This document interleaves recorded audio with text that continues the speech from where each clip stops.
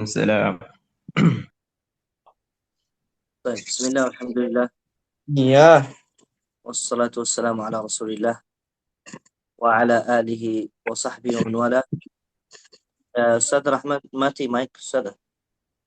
والصلاة والسلام على رسول الله وعلى آله وصحبه ومن والاه ومن سار على نهجه واقتفى أثره ليوم الدين. ثم أما بعد. آه، إخوان dan akhwat yang hadir di Maqra'ah Usama bin Zaid, jazakumullahu khairal jaza wa barakallahu fikum wa nafa'allahu bikum. Kita minta dari Allah Subhanahu wa taala al-khair wa taufiq dan lulus di dunia dan di akhirat dan di kuburan kita insyaallah taala. Innahu waliyu dzalika wal qadiru alaih. Kawan dan akhwat yang hadiri di dalam maqrah Usama bin Zaid, malam ini insyaallah taala malam penuh barakah, ya, karena insyaallah yang hadir sama kita itu salah satu ulama qiraat di zaman kita, ya. Yani maknanya, kata sebagian ulama, kata dia saksi, kata Dr. Syekh Taufiq Dumrah ini alim yang pertama di dalam ilmu qiraat di zaman kita, ya, di zaman kita dia yang pertama di dalam ilmu al-qiraat, ya. Untuk itu insyaallah taala kita minta dari antum dan dari saya yang pertama dan dari antum al-adab sama al-ulama. Harus adab sama al-ulama. Tutup mic, fokus, dengar. Kata-kata an-nazaru ila wajhi ulama ibadah. Kalau lihat aja kepada wajah-wajah orang alim itu ibadah, ya. Ya, kenapa al-ulama mereka terdekat dari Allah Subhanahu wa taala, ya. Dan di fahaman mereka lebih fahaman as-sunnah an-nabawiyah, Al-Quran Al-Karim, at-tafsir. Untuk itu mereka dekat dari Allah Subhanahu wa taala. Dan kata-kata Ibn Abbas, Ibnu Mas'ud itu, raka'ataini min alim khairun min alfi raka'atin min jahil. Dua raka'ah dari orang alim itu lebih baling dari 1000 rakaat dari orang awam. Ya, kenapa? Kalau dia salat, dia hadir sama niat arkan as-salat, syurut niat, wajib-wajib, sunnah-sunnah salat itu. Dia tahu gimana salat, ya. Bukan sama kita Allahu Akbar, waladhdallin, amin, Allahu Akbar, sami'allahu liman hamidah. Itu apa? Itu ada, walaysat ibadah. Ada itu contoh Arab. Ada walaysat ibadah. Yani biasa, bukan ibadah. Biasa, Allahu Akbar, sami'allahu liman hamidah, Allahu Akbar, sami'allahu liman hamidah. Itu jadi biasa. Biasa sama apa? Sama olahraga. Olahraga harus berlari setiap hari 5 menit. As-salat begitu. Ya, tapi alim, alim itu kalau dia kata Allahu Akbar di awal salatnya itu sama Allahu Akbar itu, dia langsung tahu arkanus salat, syurutus salat, wajibatus salat, sunanus salat, nawaqidus salat. Dia tahu setiap sesuatu, ya. Untuk itu kita minta dari Allah Subhanahu wa taala at-taufiq dan al-hidayah dan at-taqwa, dan kita minta dari Allah Subhanahu wa taala dia buka akal kita untuk fahaman Al-Quran dan makna-makna Al-Quran Al-Karim. Ikhwan yang hadirin dalam Maqrah Usama bin Zaid, ayo kita buka majlis kita dengan Al-Basmalah. Bismillahirrahmanirrahim. Bismillahirrahmanirrahim. Nah, kedua, kita mau Ustadz Bagus, kalau dia Ustadz Bagus ini salah satu yang ikut Maqrah Usama bin Zaid untuk debat sanad Hafs dan Syu'bah. Kita minta darinya baca walaupun 2 ayat untuk barakah Al-Quran Al-Karim. Kita buka majlis kita untuk Al-Quran Al-Karim. Ustaz Bagus ini orang mutqin, orang lancar, mahir bil Quran.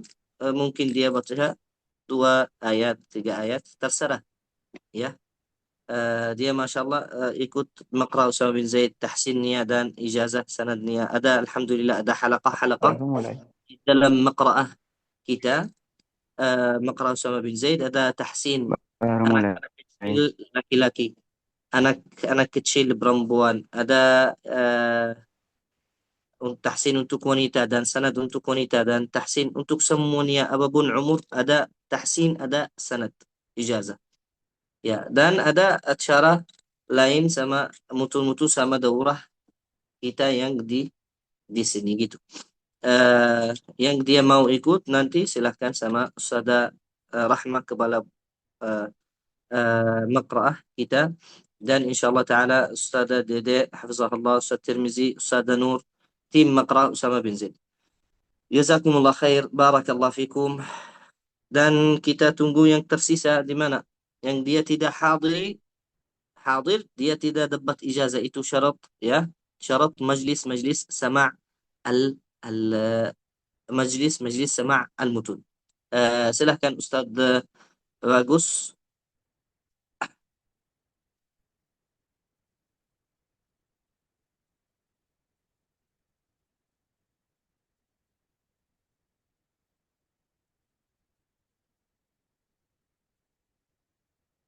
Bentar, bentar.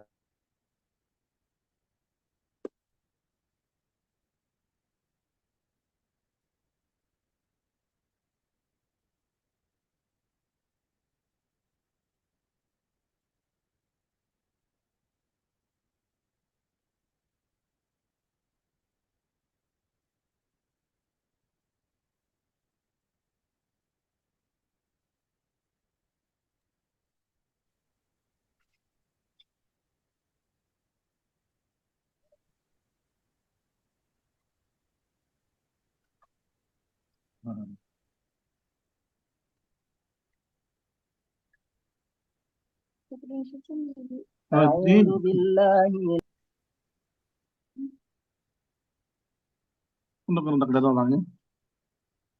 Ya kan itu ganti-ganti. الشيطان الرحيم.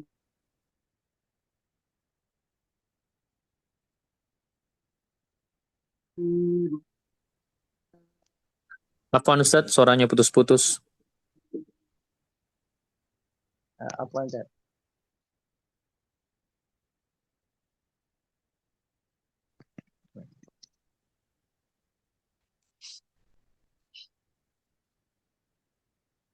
Ya. Mana Ustaz? Nah, silahkan Ustaz.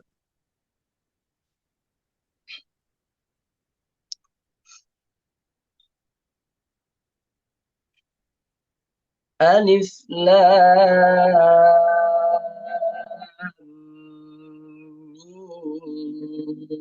Mim. ذلك الكتاب لا ريب فيه هدى للمتقين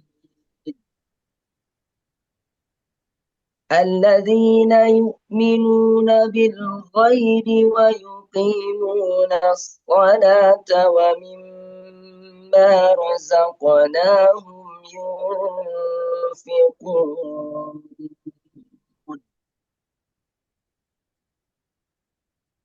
والذين يؤمنون بما أنزل إليك وما أنزل من قبلك وبالآخرة هم يوقنون أولئك على هدى من ربهم وأولئك هم المفلحون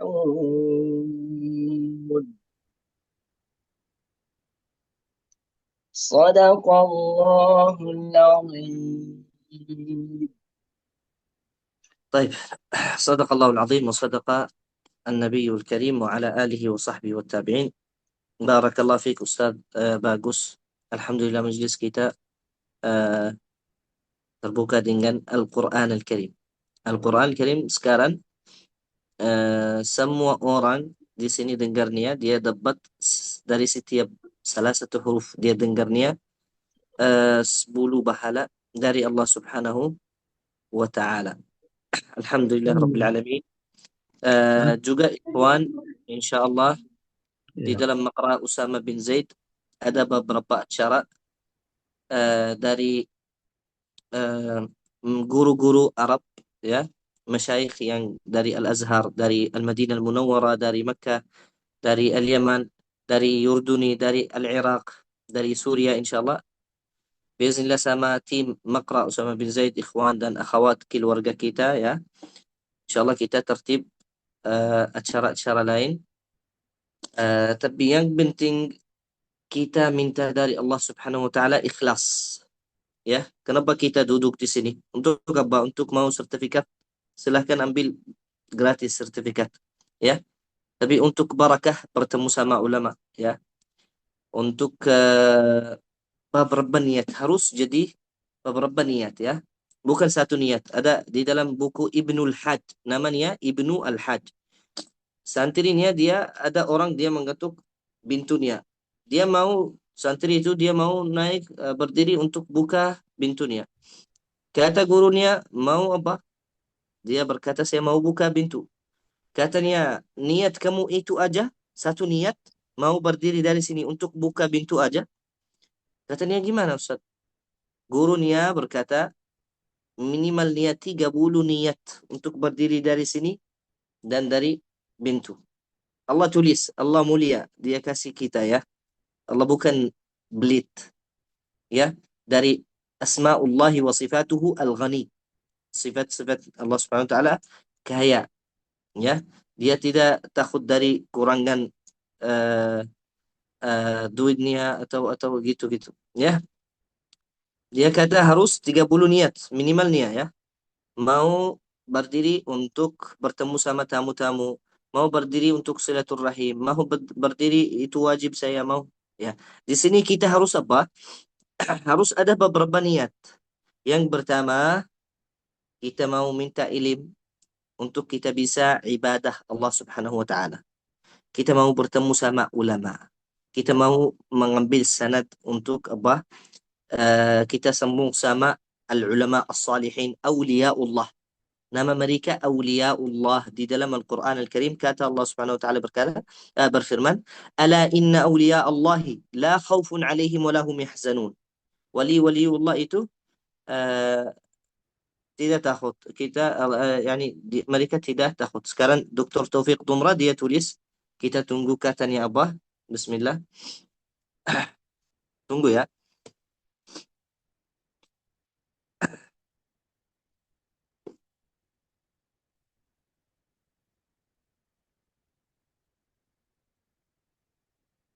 Alhamdulillah. Katanya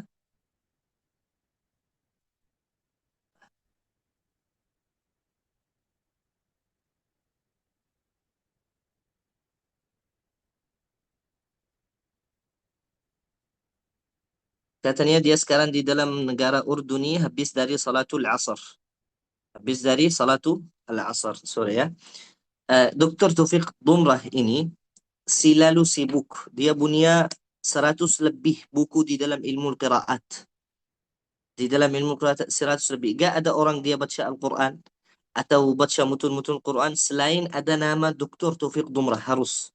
Yang dia baca di dalam ilmu qiraat atau ilmu Al-Quran atau mutun Al-Quran harus dia dapat nama Dr. Taufik Dumrah.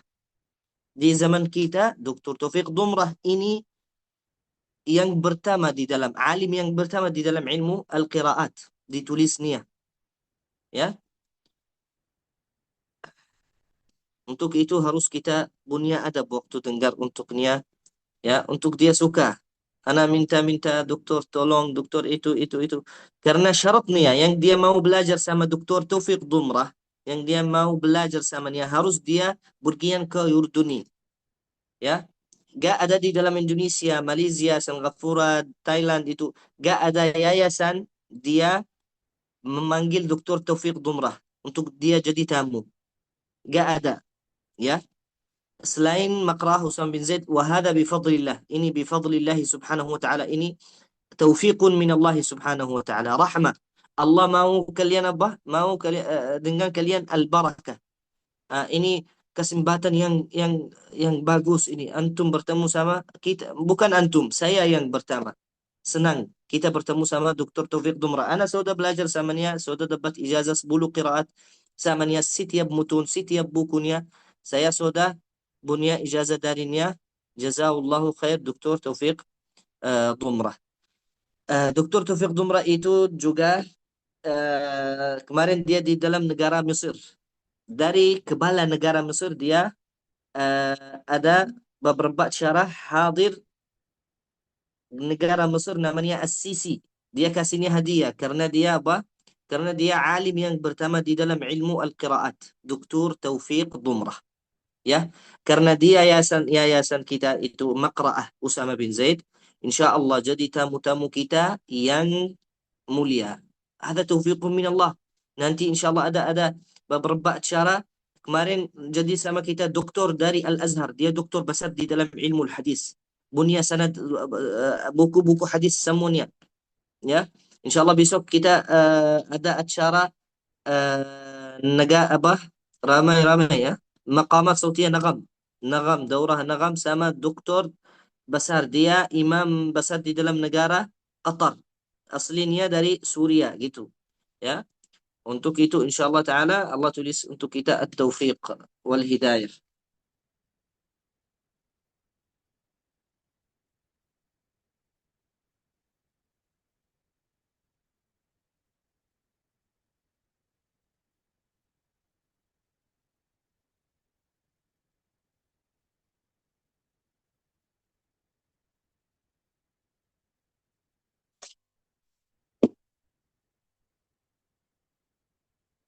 Tolong yang bisa rekaman bertemu ini tolong silahkan, bukan screenshot. Ini untuk keluarga kamu, untuk anak-anak kamu, untuk saudara kamu, untuk ikhwan kamu. Ini kesempatan wallahi gak bisa dapatnya di dalam maqra'ah lain. Ya, pasti. Demi Allah. Gak ada anak-anak mungkin 2 bulan saya tertib sama Dr. Taufik Dumrah. Hafizahullah Ta'ala. Barakallahu fi umurihi. 2 bulan saya tertib sama dia untuk walaupun dia hadir 5 menit. Kita mau walaupun lihat kepada wajahnya nanti sudah kita cukup. Ya, ini kesempatan ya. Fursa azimah, agung ya. Yang dia bisa rekaman ini silahkan ya. Khususan waktu Dr. Taufik Dumra dia berbicara atau dia kasih kita nasihat ya. Ini dari al-amanah al-ilmiyah ya. Ya, bukan sertifikat aja, enggak, sertifikat sama video. Alhamdulillah antum hadir. Mungkin dia Allah ya subhanallah. Mungkin kita masuk surga di sebab apa? Di alasan kita duduk di satu majlis sama al-ulama. Di dalam al-hadis al-qudusi, al-hadis di dalam sahih al-Bukhari. Kenapa ikhwan hadirin itu? Nanti Allah Subhanahu wa taala kata humul apa namanya? Humul qaum la yashqa jalisuhum. Mereka kaum. Kalau ada orang dia hadir untuk apapun sesuatu, Allah menggambuni untuk niat. Humul qawmu la yashqa bihim jalisuhum. Alhamdulillahi ta'ala. Untuk itu, هذه فرصة عظيمة من الله. أسأل من الله العافية والغفران. Antum bisa fahaman saya ya, ikhwan? Semuanya bisa fahaman?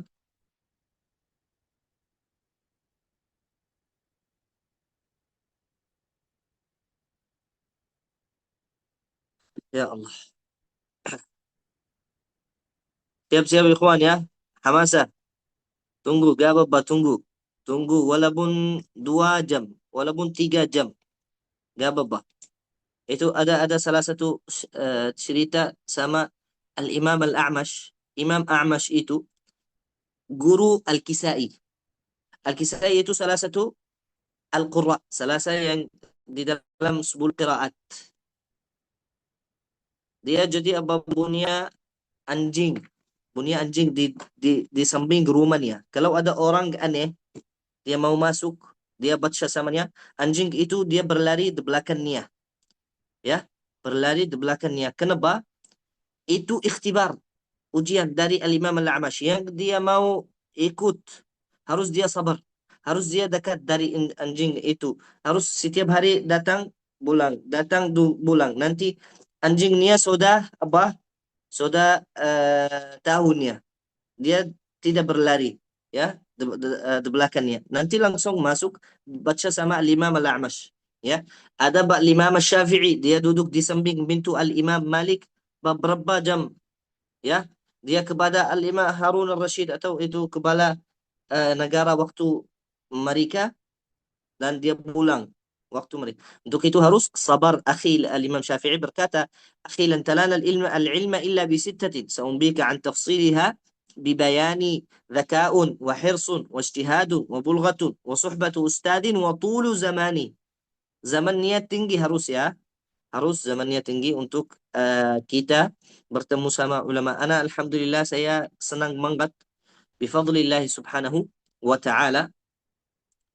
Nas'al min Allah al-qabul. Kita minta dari Allah Subhanahu wa taala menerima majlis kita dan nasihat-nasihat kita dan baca kita dan apapun kerja di dalam fi'lul khair, ya. Apapun kerja baik, kita minta dari Allah Subhanahu wa taala menerima niat. Innahu waliyyu dzalika wal qadiru alaih. Sebelum masuk Dr. Taufik Dumrah, apakah ada yang punya tanya? Ada bertanya?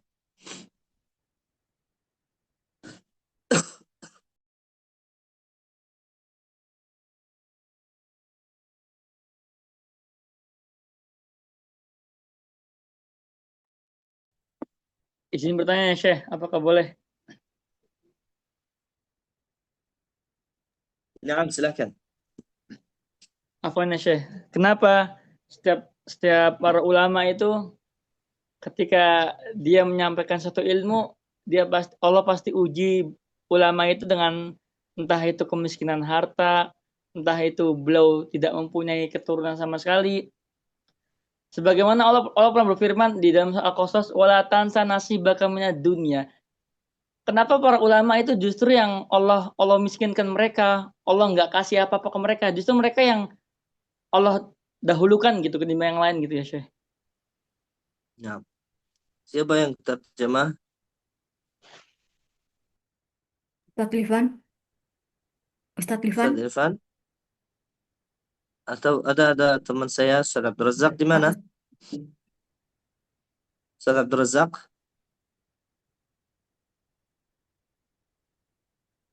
Atau Ustadz Tarmizi. Ustaz Abdul Razak? Atau Ustaz Tirmizi? Siapa yang terjemah? Ustadz Tarmizi adalah. Sebentar. Maaf, ikhwan, saya masih baru di Ustadz dalam Livan. Indonesia. Ustadz Livan. Rasa saya kurang sedikit, ya.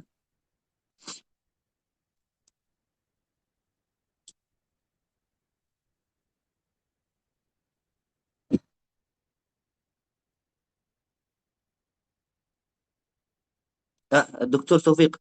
Alhamdulillah, doktor kita موجود. دكتور توفيق ضمرة. ما شاء الله. افتحي المايك يا أستاذ رحمة. بوكا مايك untuk توفيق. الحمد لله. يا أستاذ رحمة بوكا مايك. يا شيخ توفيق، افتح المايك حفظكم الله.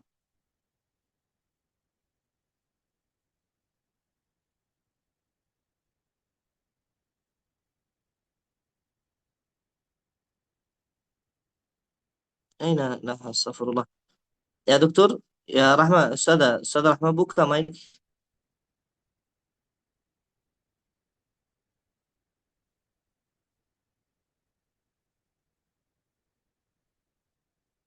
بوكا مايك شيخ. نعم تفضل شيخ توفيق. شيخ السلام الكريم. عليكم. وعليكم السلام السلام عليكم ورحمة الله. وبركاته. جزاك الله خير، بارك الله في جهودك، ما شاء الله عليك، تبارك الله. إذا بتحب آمين. نبدأ أنا جاهز، نبدأ إن شاء الله. Naam, bismillah. Dr. Taufik dia cepat, dia mau kita insyaallah langsung mulai.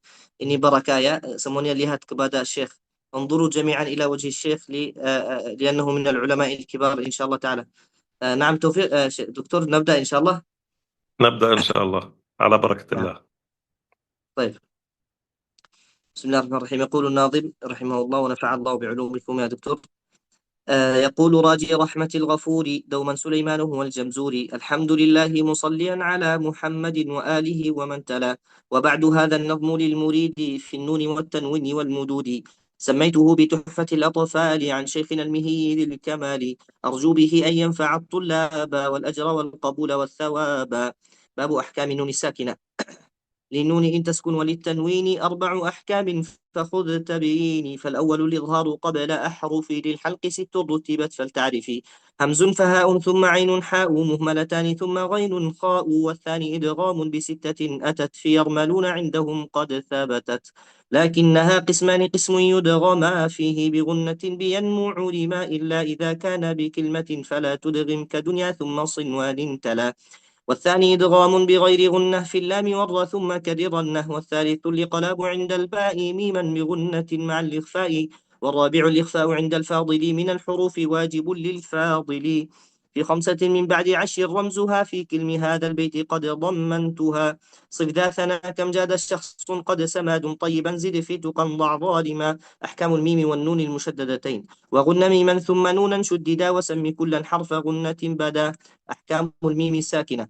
والميم إن تسكن تجي قبل الهجاء لا ألف اللينة لذي الحجاء. أحكامها 3 لمن ضبط: إخفاء إدغام إظهار فقط. فالأول الإخفاء عند الباء وسمي شفويا للقراء. والثاني إدغام بمثلها أتى وسمي إدغاما صغيرا يا فتى. والثالث الإظهار في البقية من أحرف وسمها شفوية. واحذر لدى واو وفاء تختفي لقربها والاتحاد فاعرفي. حكم لام آل ولام الفعل. للام الحالان قبل الأحرف أولاهما إظهارها فلتعرفي قبل 4 مع 10 خذ علمه من نبغ حجك وخف عقيمه. ثانيهما إدغامها في 4 و10 أيضا ورمزها فعيطب ثم صر رحما تفز ضفدان عمدع سوء ظن زر شريفا للكرم. واللام الأولى سمها قمرية واللام الأخرى سمها شمسية. وأظهرن لام فعل مطلقا في نحو قل نعم وقلنا والتقى في المثلين والمتقاربين والمتجانسين. إن في الصفات والمخارج اتفق حرفان فالمثلان فيهما أحق أن يكون مخرجا تقاربا. وفي الصفات اختلفا يلقبا متقاربين أو يكون اتفقا في مخرج دون الصفات حققا بالمتجانسين. ثم إن سكن أول كل فالصغير سميا أو حرك الحرفان في كل فقل كل كبير وفمنه بالمثل. أقسام المد. والمد أصلي وفرعي له وسمي أولا طبيعيا وهو ما لا توقف له على سبب ولا بدونه الحروف تجتلب. بل أي حرف غير همز أو سكون جاء بعد مد فالطبيعي يكون والآخر الفرعي موقوف على سبب كهمز أو سكون مسجلا. حروفه 3 فعيها باللفظ وهي في نحيها. والكسر قبل الياء وقبل الواو ضم شرط وفتح قبل ألف يلتزم واللين منها الياء وواو سكنا إن انفتاح قبل كل أعلنا. أحكام المد. للمد أحكام 3 تدوم وهي وهي الجواز والجواب واللزوم. فواجب إن جاء همز بعد مد في كلمة وذا بمتصل يعد. وجائز المد. عيد أحكام المد. للمد أحكام 3 تدوم وهي الوجوب والجواز واللزوم. فواجب إن جاء همز بعد مد في كلمة وذا بمتصل يعد. وجائز مد وقصر إن فصل كل بكلمة وهذا المنفصل. ومثل ذا إن عرض السكون وقفا كتعلمون نستعين. أو قدم الهمز على المد وذا بدل كآمنوا وإيمانا خذا. ولازم إن السكون أصل وصلا ووقفا بعد مد طولا. أقسام المد اللازم. أقسام لازم لديهما 4 وتلك كلمي وحرفي معه كلاهما مخفف مثقل. فهذه 4 تفصل. فإن بكلمة سكون اجتمع مع حرف مد فهو كلمي وقع في ثلاثي الحروف وجدا والمد وصفه فحرفي بدا. كلاهما مثقل إن أدغما مخفف كل إذا لم يدغما. واللازم الحرفي أول السور وجوده وفي 8 انحصر. يجمعها حروف كم عسل نقص وعين ذو وجهين والطول أخص وما سوى الحرف الثلاثي لا ألف فمده مدا طبيعيا ألف. وذاك أيضا في فواتح السور في لفظ حي طاهر قد انحصر. ويجمع الفواتح 14 صله سحيرا من قطع كذا اشتهر. الخاتمة. وتم ذا النظم بحمد الله على تمامه بلا تناهي. أبياته ند بدا لدنها تاريخها بشرى لمن يتقنها. ثم الصلاة والسلام أبدا على ختام الأنبياء أحمد والآل والصحب وكل تابع وكل قارئ وكل سامع. وتم ذا النظم بحمد الله. المقدمة الجزرية. نعم شيخنا. لا إله إلا الله.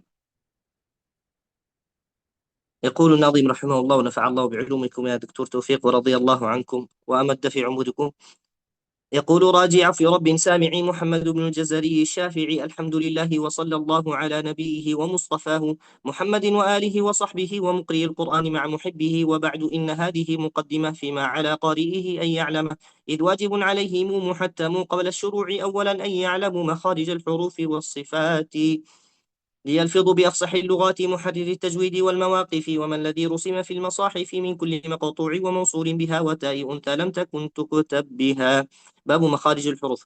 مخارج الحروف 17 على الذي يختاره من اختبر للجوف ألف وأختها، وهي طبعا نعتمد يا شيخنا بعض الكتب كما تعلم. نعم.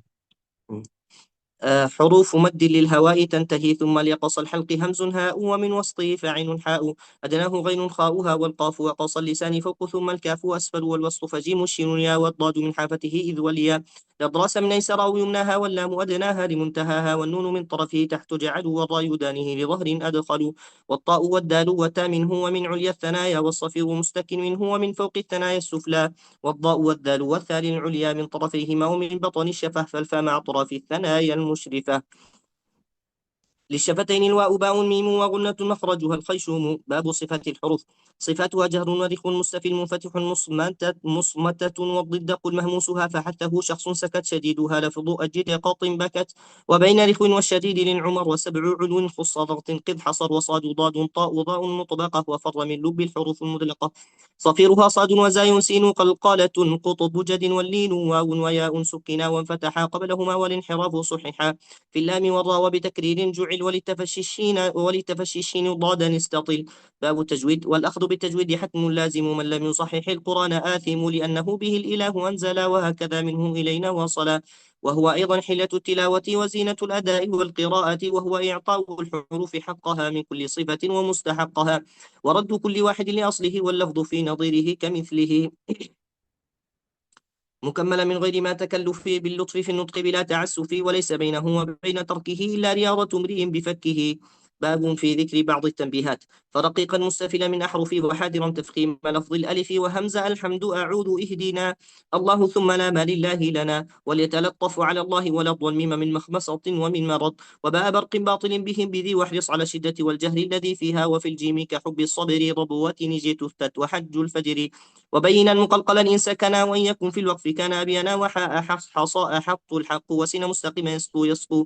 باب الراءات. ورقق الراء إذا ما كسرت، كذاك بعد الكسر حيث سكنت، إن لم تكن من قبل حرف استعلاء، وكانت الكسرة ليست أصلا، والخلف في فرق لكسر يوجد، وأخف تكريرا إذا تشدد. باب اللامات وأحكام متفرقة.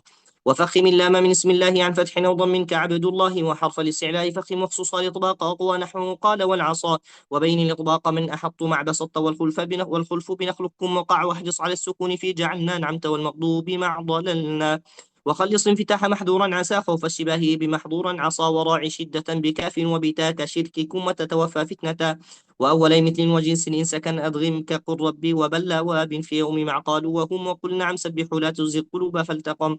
باب الضاد والراء. والضاد باستطالة ومخرج ميز من الضاء، وكلها تجي في الضعن ظل الظهر عظم الحفظ، أيقظ وأنظر عظم ظهر اللفظ، ظاهر لظى شواظ كظم ظلما، أغلو الظلام ظفر انتظر ظما، أغفر ظنا كيف جاء وعظ سوى غيظ ظل النحل زخرف سوى، ظلتم وبروب ضلوا كالحجر، ظلت شعران ظلوا يظلن محظورا مع المحتضر، وكنت فظا وجميع النظر، إلا بويل هل وأولى ناظرة، والغيظ للرعد وهود قاصر، والحظ للحظ على الطعام، وفي ظنين الخلاف سامي، وإن تلاقي البيان لازم، وانقض ظهرك عض الظالم، واضطر مع وعط مع فطم، وصفها جباههم عليهم. باب النون والميم المشددتين والميم الساكنة. وأظهر الغنة من نون ومن ميم إذا ما شددا، وأخفيا الميم إن تسكن بغنة لدى باين على المختار من أهل لدى، وأظهرنها عند باقي الأحرف، واحذر لدى واو وفاء تختفي. باب أحكام النون الساكنة والتنوين. وحكم تنوين ونون يلفى إظهار نظام وقلب إخفاء، عند حرف الحلق يظهر، والدغم في اللام والراء لا بغنة لازم، وأدغما بغنة في يؤمن إلا بكلمة كدنيا عنوان، والقلب عند الباء بغنة كذا الإخفاء لدى باقي الحروف أخذا. باب المد. والمد لازم وواجب أتى وجائز، وهو وقصر ثبت، فلازم إن جاء بعد حرف مد ساكن حالين وبالطول يمد، وواجب إن جاء قبل همزة متصلا إن جمع بكلمة، وجائز إذا أتى منفصلا وعرض السكون وقفا مسجلا. باب معرفة الوقف والابتداء. وبعد تجويدك للحروف لا بد من معرفة الوقوف والابتداء، وهي تقسم إذا ثلاثة: تام وكاف وحسن، وهي لما تم فإن لم يوجد تعلق أو مكان معنى فابتدي، فالتام فالكاف ولفظا فامنع عن اللغوص لا يجوز فالحسن. وغير ما تم قبيح وله الوقف مضطرا ويبدأ قبله، وليس في القرآن من وقف وجب ولا حرم غير ما له سبب. باب المقطوع الموصول.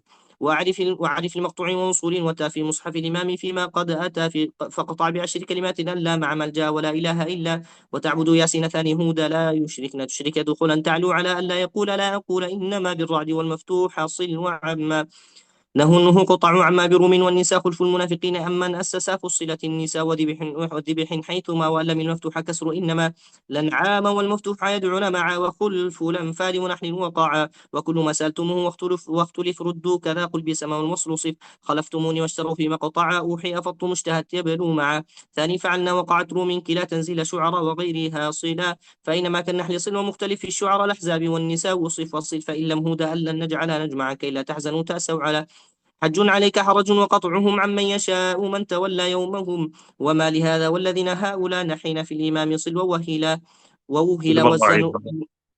عيد. وما لهذا وما لهذا والذين هؤلاء تحين في الإمام صل ووهلا ووزنوهم وكالوهم صلي كذا من الويا وهلا تفصلي. باب التاءات. ورحمة الزخرف بالتاء زبره لعرافر منه دكا في البقرة نعمتها 3 نحل نبرهم معا أخيرات عقود الثاني هم لقمان ثم فاطر كالطور عمران لعنة بها والنور وامرأة يوسف عمران القصص تحريم معصية بقد سمع يخص شجرة الدخان سنة فاطري كلا والأنفال وأخرى غافري كلا والأنفال وأخرى غافري قرة عين جنة في وقعت فطرت بقية وبنة وكلمة أوسط الأعراف وكل ما اختلف جمعا وفردا فيه بالتاء عرف. باب همز الوصل. وابدأ بهمز الوصل في من فعل بضم إن كان ثالث من الفعل يضم واكسره حال الكسر والفتح وفي الأسماء غير اللام كسرها وفي ابن مع ابنة امرئ واثنين وامرأة واسم مع اثنتين. باب الوقف على أواخر الكلم. وحاذر الوقف بكل الحركة إلا إذا رمت فبعض حركة إلا بفتح أو بنصب واشم إشارة بالضم في رفع وضم. وقد تقضى نظمي المقدمة مني لقارئ القرآن تقدمه أبياتها قاف وزاي في العدد من يحسن التجويد يظفر بالرشاد خاتمة. والحمد لله لها ختام ثم الصلاة بعد والسلام على النبي المصطفى وآله وصحبه وتابعي من واله. وتم هذا النظم بحمد الله. ما شاء الله تبارك الله. أستاذنا الكريم، سمعت هذا النظم ما شاء الله تحفظ الأطفال والمقدمة الجزرية، وقد أجزتك به إجازة خاصة، وكذلك أجزت المتابعين الذين معك بهذا النظم، والإجازة معك إن شاء الله، الباقي عندك في إيصال الإجازة لهم إن شاء الله. آمين إن شاء الله. الله يرضى عنكم يا دكتور، الله يكرمك ويرضى عنك إن شاء الله يا دكتور. آمين. أيضا شيخي هو شاعر وله منظومات كبيرة، ويستأذنك في تأليف منظوماتك في تأليف كتبك التي كتبتها الفروقات بين القراء بين الروايات، أن يصوغها كنظم. وقد صاغ الفروق بين شعبة وحفص، ثم سينظم جميع ما كتبت في القراءات 10، فيستأذنك ويطلب منك الإجازة شيخي لهذا.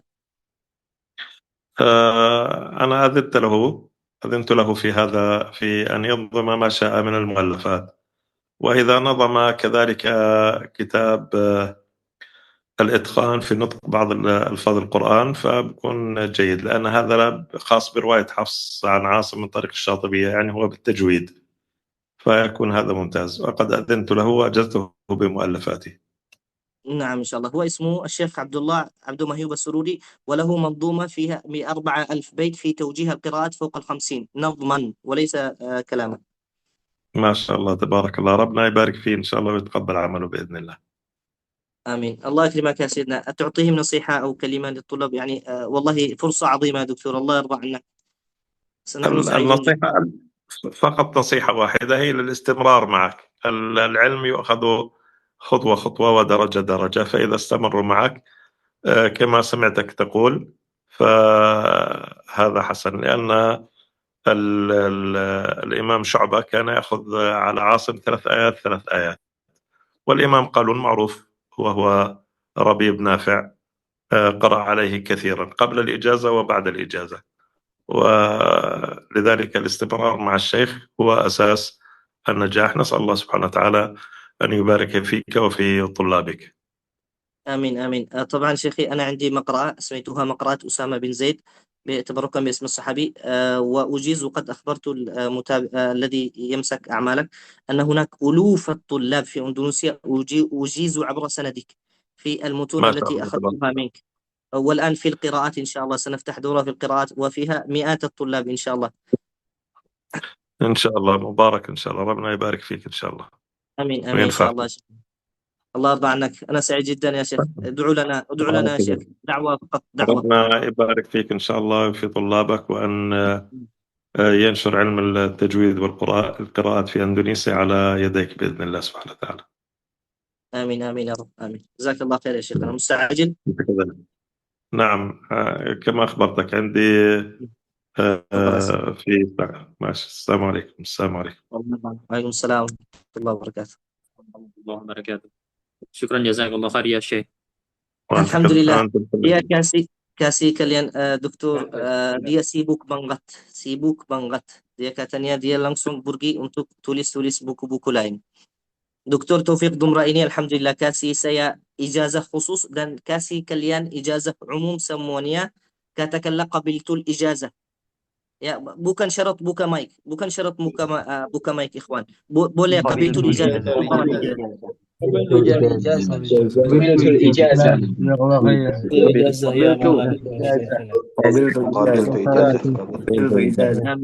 آمين. قبلت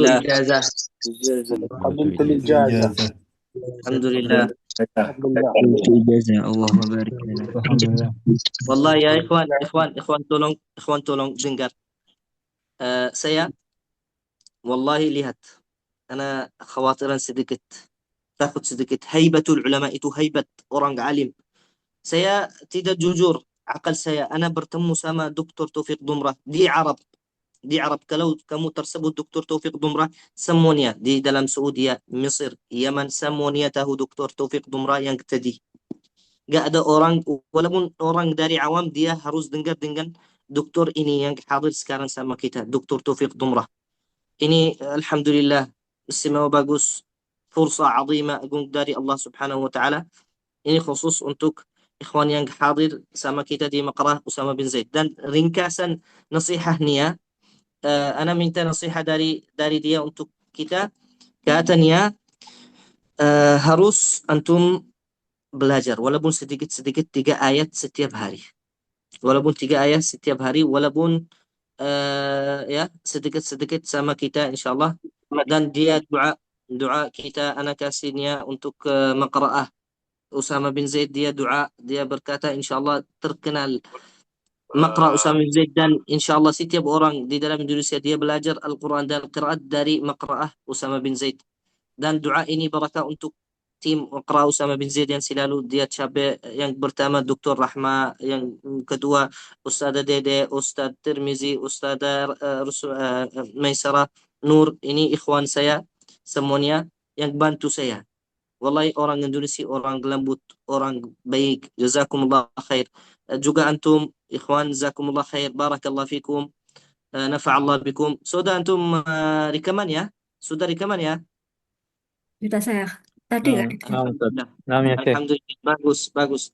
Nanti antum mungkin share-nya lah. Tapi tulis Dr. Taufik Dumrah di Maqra' Usama bin Zaid ya. Itu untuk amanah ilm ya. Amanah ilmu. Jazakumullah khair. Barakallah fikum. Alhamdulillah. Naam, sudah. Oh, tadi tidak diterjemahkan dulu, Syekh. Naam. Yang tadi tanya mungkin dijawab dulu, Syekh. Diterjemahkan Ustadz Livan tuh tidak ada. Naam. Silakan. Ustadz Livan, silakan. Naam.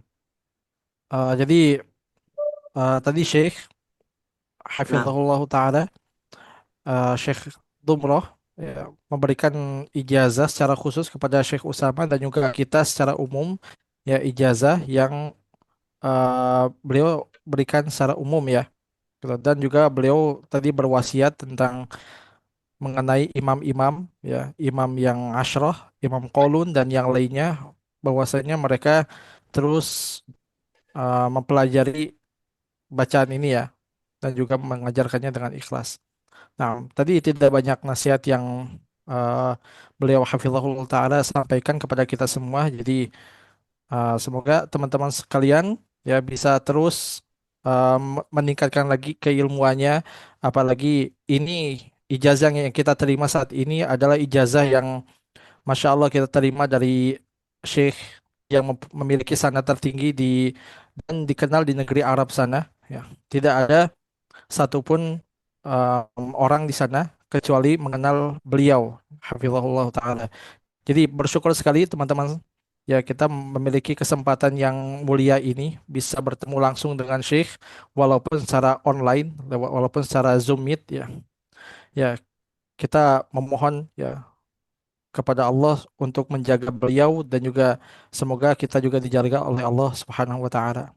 Nah, Syekhana. Amin amin ya rabbal alamin. Amin amin. Barakallahu fikum ikhwan, nafa'allahu bikum. Sekarang setelah ini insyaallah kita sudah buka daurah 10 qiraat. Ya. Insyaallah kita mulai dari 20 Syawal, 30 Syawal insyaallah kita mulai dengan itu. Dengan 10 qiraat dengan sanad guru kita ini yang tadi Dr. Syekh Taufik Dumrah. Daurah 10 qiraat ini insyaallah kamu bisa habisnya di dalam 1 tahun 1,5 maksimal ya. Nanti setelah 1 tahun 1,5 insyaallah bisa dapat ijazah 10 qiraat biiznillahi ta'ala dari maqra'ah kita dengan sanad Syekh ini yang tadi Dr. Taufik Dumrah. Itu aja, jazakumullah khair. Kita minta doa dari antum ya. Dan doa untuk maqra'ah Usama bin Zaid, dia insyaallah tanshur al-khair, belajar Al-Quran yang benar, dia mengajar Al-Quran yang benar. Jazakumullah khair, barakallahu fikum. Nas'al min Allah subhanahu wa ta'ala an yanfa'ana wa yanfa'a bikum wa yarfa'ana wa yarfa'akum wa yatawallana wa yatawallakum wa yassurana wa yassurakum wa an yuhitana بحفظه وعنايته وحراسته وأن يجعل أعمالنا خالصة لوجهه الكريم إنه ولي ذلك والقادر عليه وسبحانك اللهم وبحمدك أشهد أن لا إله إلا أنت أستغفرك وأتوب إليك. Juga kita bersyukur kepada Ustazah Nur yang menggawas daurah kita ini dan anaknya. Jazakumullah khair. Barakallahu fikum. Assalamualaikum warahmatullahi wabarakatuh. Waalaikumsalam warahmatullahi wabarakatuh. Jazakallah khairan. Jazakallah khairan. جزاكم الله خيرا Syekh شيخ sama. بارك الله فيكم نفعنا الله بكم خيرا.